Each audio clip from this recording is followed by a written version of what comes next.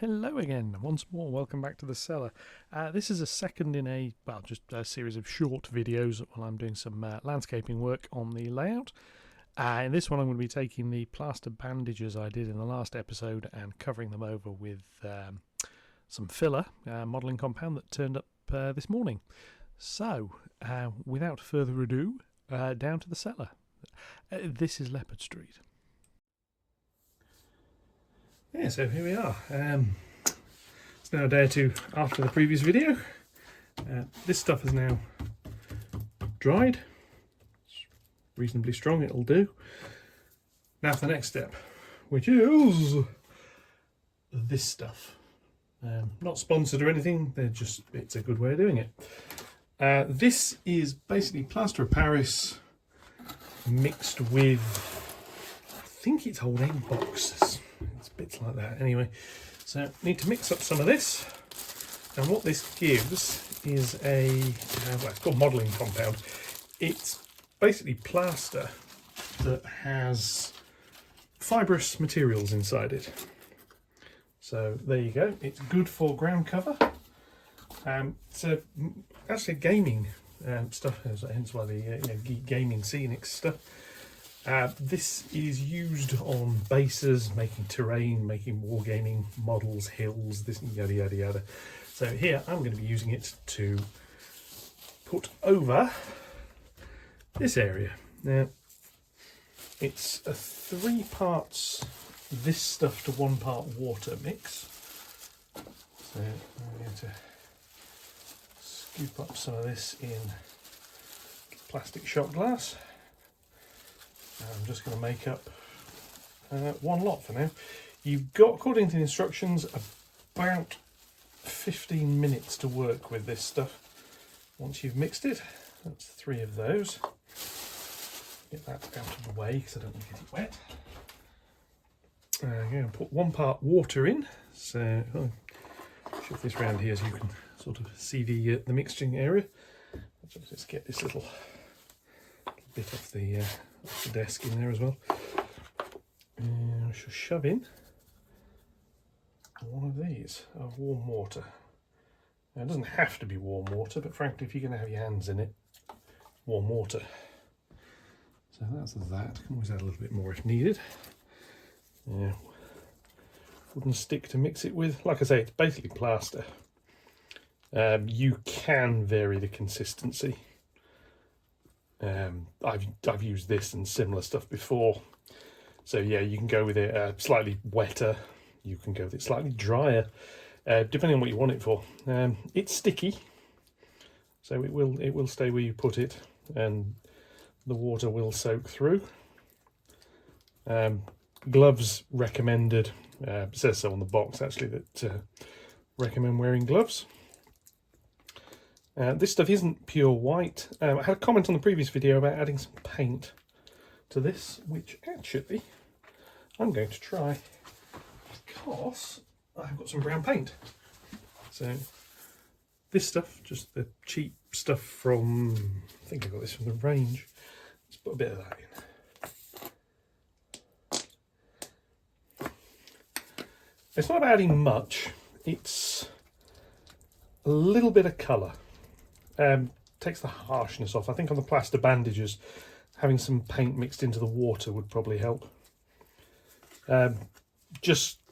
Essentially, if the thing chips and the paint comes off later, what you have is a brownish colour rather than sort of pure brilliant white, so to speak. Right, that's mixed up. So start the application. So I'm going to stick a lump of this, do it by hand, it's probably easier, onto here, and then you just start smoothing it around.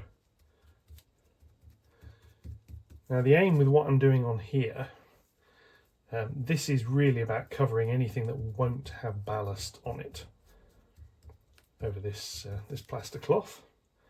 So up to sort of like the edging bits at the back, where a bit more ballast will be fitted. Sort of fill in some of these bigger gaps. And the beauty of doing this today, I'm doing this over my lunch break, but the beauty of doing this today is I'm not around most of this weekend, so this is going to have plenty of time to dry before I come back and want to do anything with it. As for how far this is going to go, well, this is, if you can easily move out the way a little, might make life a bit easier. You can see this stuff. It's going on quite nicely, I think. Obviously, there's going to be some painting of scenery and painting of all sorts of stuff to go on next to this. Looks a bit like tinned salmon actually at the moment, this brown colour. It's gone a bit pinkish, but it'll do. Put this down here. One thing you can do, I'm going to do just very slightly, is fingers a bit wetter and just work it about a bit. Now this is going to be ground cover. This is going to get grass. This is going to get other bits and pieces put over the top of it. So what I need is just enough to really hide the plaster bandage and give it a bit of a texture. It'll get painted, it'll get dry brushed, and hopefully that will do. So yeah. Yeah, hopefully you could see that. So if I move that around here, you can probably see a little bit better with some of what I'm doing here. So yeah, I've nearly used up actually the amount of it I made to start with. I'm not going on to the next board just yet. Basically I want this side fully cured before I start doing the side next to it. I also want to do a bit of painting over there first. I picked up some more paint yesterday at my gaming club, which is upstairs. It's Games Workshop paint I'll be using on the concrete called Zandri Dust, which is basically a beigey, concretey colour, which I think will do quite nicely. So this can come on here. I don't want it to go over the gap too much, a little bit. I'm not that bothered because I can cut it. Put a bit more of this down here. But as I mentioned in the previous video, the idea behind all of this is this will give me an earth bank. So we start off as a little bit of an earth bank, and then we work up to a retaining wall, which will obviously eventually have a little bit of earth bank done next to it. The top wall will get it as well, but I'll be leaving that until I've got the other bit done. So now, turn slightly, you can see the next area here. But yeah, so that's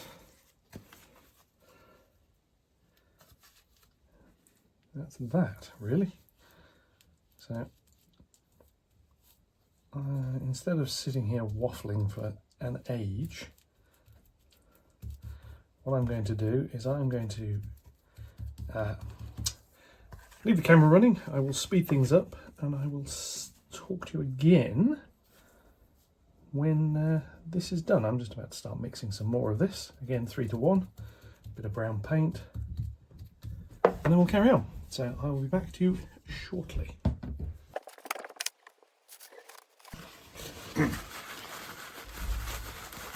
Simple little point before I forget.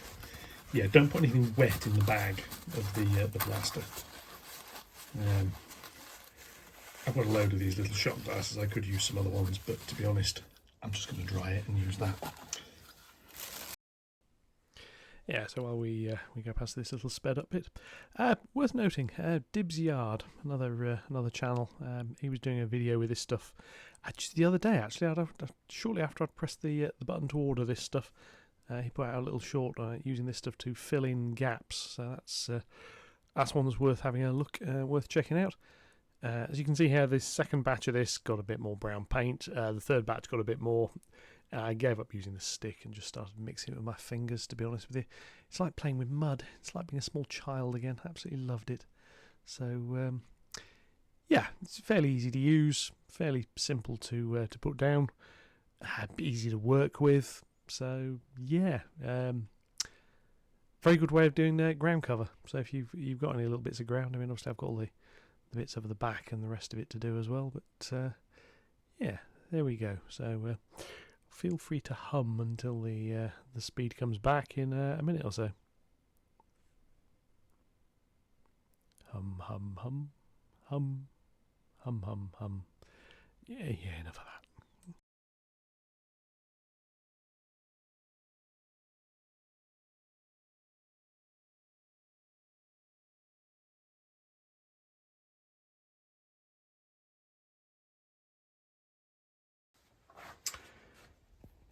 So there we have it. This just take me about 23-24 minutes according to the camera to do that little area there, which, yeah, that's not too bad. I mean, that's used up 3 lots. That's like 9 shot glasses worth of the compound. It's a 1 kilo bag. There's loads left, which is good. I probably actually got away with the 500, which they do, but thought while I was ordering it and paying the postage, I'd get the 1. There's obviously, like I say, lots more to do down that side. A little bit more to do here. I'm not doing this bit right now because I don't want it to stick to that. I mean, I'll probably have to cut that as it is just to neaten it all up a bit. Obviously, all the front edge and all the back edge all needs doing. Need to work out exactly what I'm doing at the back. There's going to be a little townscape down in that little bit down there. Again, with a sort of a slope hill going down to it. So this bit here is going to be sort of the edge of an embankment. I'll put a little hut, maybe a few other bits and pieces there. I'll drill out sections for signals and other bits and pieces, but just want it to look all right. I've run a track rubber over the rails. You probably saw that towards the end. This is just to remove the little bits of plaster that got on there last time. But yeah, so what I've got to do now is leave that to fully cure. Being plaster, it will probably cure in about half an hour to an hour, and then it'll have to fully harden, basically, and dry out.